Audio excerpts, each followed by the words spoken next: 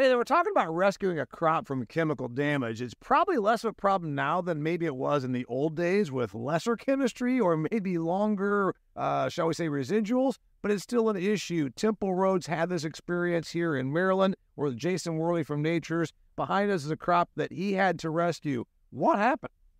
So it was kind of a combination of everything. It really wasn't any one thing. It was a multitude of different problems all happening at the wrong time. So we put our chemistry on, our post application on, and the corn was probably V4, V5-ish. And when we applied it, the very next day, or actually the continuing 5 to 7 days, is when the Canada smoke happened, and it got cool. It was already dry, and it was already cool, so the crop was already kind of stressed at that point. There wasn't a lot of sunlight. Well, when that smoke came in, and it kind of covered us up for like 5 days, our problem is we had no sunlight, and we were basically asking that plant to, hey, look, I need you to metabolize all of this right now with no sunlight, no photosynthesis, no nothing, and we didn't have any rain. So all of it happened at one time with cool temperatures, and man, you want to talk about a funky-looking crop.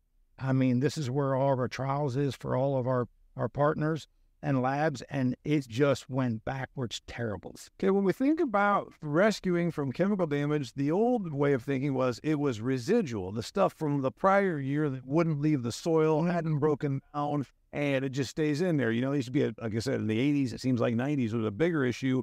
The stuff I used on last year's corn is messing stunting my soybeans this year. That's not what happened. No, so nowadays, you know, we're asked, these plants, you know, they're able to metabolize all these different chemistries. So this was just a chemistry that was put on, and I've used it for 5 or 6 years. I've never had any issue. It was just wrong time, wrong place, wrong environment, and I didn't know that it was coming. Like, how are you going to look at a map or our forecast and say, hey, the next 5 to 7 days we're going to get smoke from Canada? Like, you know what I mean? Like, It doesn't happen. There was nothing that I could look at, and I couldn't make that call. So, Mr. Worley, normally on labels it doesn't say, don't apply if half of Quebec is burning and you're going to be getting smoke coming down there. That's not something that's on a label. Anyway, the point is conditions are the problem, but I don't know that we see that as much as the old days of chemical residue, but you see a lot more of the country than I do. Am I wrong? Is this more of a problem than I realize now? Believe it or not, it is, because there's, with different chemistries, genetics, and things that are out in the marketplace, you know, cleaning sprayers out and various things like that. I mean, you get some residues, so you're going to have some crop injury.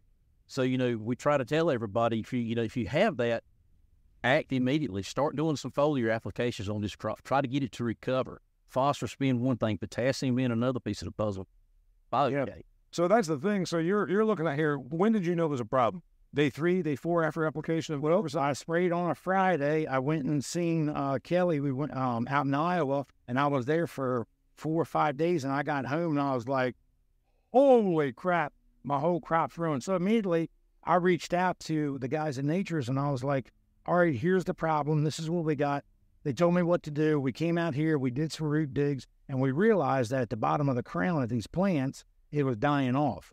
So the answer is until you establish brace roots, and it's going to make the plant go get brace roots because those are dying off, you need to feed it from the top. So that's what we did. It was a heavy load of foliar nutrition to get that plant out of its funk, make it shoot more brace roots, and make it go down and get the fertility that was there. There was fertility there. It just wasn't going to be able to capture. So the herbicide problem was obviously conditions made it so that herbicide, it just didn't get broken down, but then instead it started damaging the plant. Would this be done, or would it just be really stunted?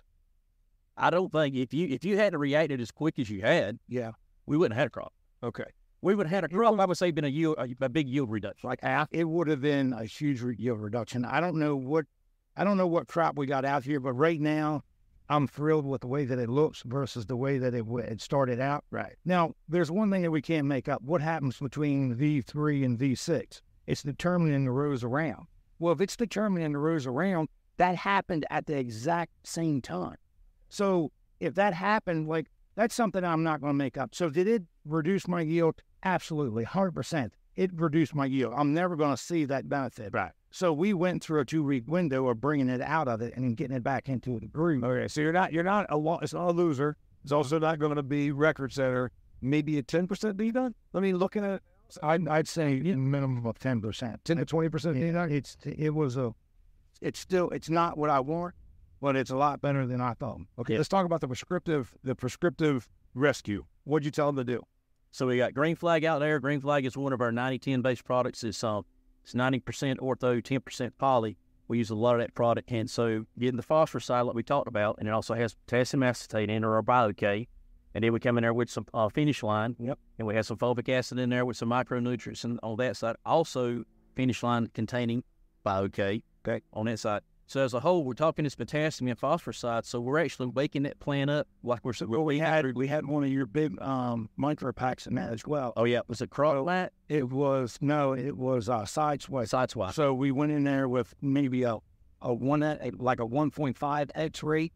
So we kind of jumped all that up too as well. How did you apply all this?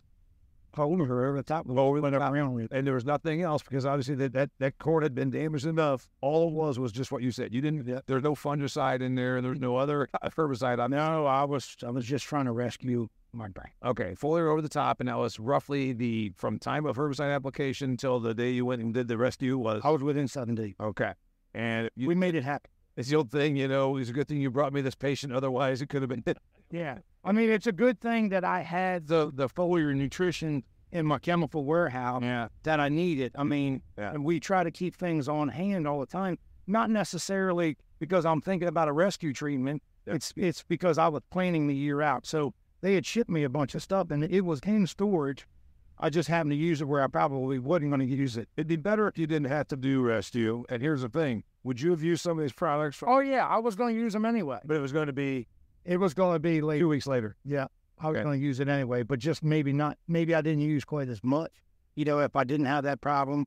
But I was 100% going to use it because that's what I bought it. Do you think most people would look at it and say, you know what, this is a gone or something went haywire, or you just put? Here's what normally would happen, and I'm not saying that this is everybody, but generally, if a farmer runs to a problem like that, first thing they're going to do is they're going to blame the chemical, and they're going to yell, scream, and holler. And then they're going to want something back out of the company. And I got news for you. At the end of the day, if it's environmental, the chemical company isn't paying anything. Yeah. Because if you look in the fine print, if it's environmental, there's nothing that they can do, and it's not their fault. Yeah. It just is. It's just a serious. So you want to instead of going in and fighting with the chemical company, you decided let's go ahead and salvage this thing. So you're happy about the results. The tough part is, do you think you missed it? In other words, if you'd have caught it 3 days instead of 7 days in, do you think you would have made a difference, or do you think it was? Didn't matter. We'll blame that on Kelly because I was at his house. Okay. All right, get me out of here, Jason. So a bunch of nutrition over the top foliar was going to probably be applied later on anyhow. So all he really did was bump it up, and it dragged it out of there. Is there anything that needed to happen even after that, or pretty much was that enough to get it through? I think as a whole, he really salvaged and brought it back quick in that 7-day window, which was a critical time on that plant. Like you said, rows being set, round growth, everything. So with that, the only thing we're looking at now is some late season applications. We always say on a corn plant with front load, with nutrients. On the soybean, we back load. I think now we're seeing times in this marketplace where we're actually been able to some more phosphorus for L-suing on this plant, get some test weight on this crop. So there might be another application to kind of really help it along. Would that have mattered whether it was damaged or not? I still think at the end of the day, damaged is where you should have been focused more at. Okay. Because you've already lost yield. Yeah. If it's a 10% yield. Yeah, so I'm trying to make it up in weight now. Yeah. So, what we damaged early on, it might have, instead of being 18 rows around, everything out here is 16 rows around. Mm-hmm. Now it's at 39,500, so I'm still good. So the only thing that I can do, since I've already gotten that taken away from me, all the thing I can do is make up weight. So there was a late season application done. That was about a week ago. That was pretty heavy on me. From an economic standpoint, for either of you that wants to address this, there's going to be the idea like, well, that crop is torn up and it's because of the smoke, whatever, blame the environment, blame the chemical companies. I'm done fooling with it. You weren't in it for that much. Your rescue plan was some work and $30 an acre, $25, $40. I'd say that I probably spent the extra of about 30, maybe 32 max extra that I wouldn't have done. Yeah. To get it out of its funk. So if I did that, and I saved, 10% of my yield. That's a big number. Well, that's the point I was going to make is that, you're not supposed to go based on sunk cost, but to put this acre in behind me was already $700 and some dollars. Yeah. So, I mean, a lot of people say, hey, don't go out there and throw good money at bad money. But this wasn't a situation. Right. Like, I'm going to get it out of this and go like this. You've already got the money invested. Yeah. Don't walk away from it. Yeah. I mean, Now, a lot of farmers will do that. They'll say, yeah, it's beyond salvaging, go away. But you come in, let's say, hey, we're 7 days, let's hit this thing hard. And I think as a whole, you're going to be satisfied. Oh, yeah. well, again, and you can understand saying don't throw another $500 at it, but you're talking $30. Yes. Some return. When it's 700, or it was already 7 or so. Yeah, it was already 700. So, I mean, at that point, I'm like, got to risk it for the biscuit. And do it. Exactly. Because, that acre's an acre. Risk it for the biscuit. His name's Simple Rhodes, talking about rescuing a crop after some herbicide damage due to environmental conditions. You know what? We might see more and more of this, and maybe you're seeing it on your farm. So that's why we're here, is to help you pull your crops out of a funk and rescue it. His name is Jason Worth at Nature's. My name is Damian Mason. Share this with somebody that can benefit from it. So many videos, hundreds and hundreds of podcasts and videos at extremeag.farm to help you improve your farming game.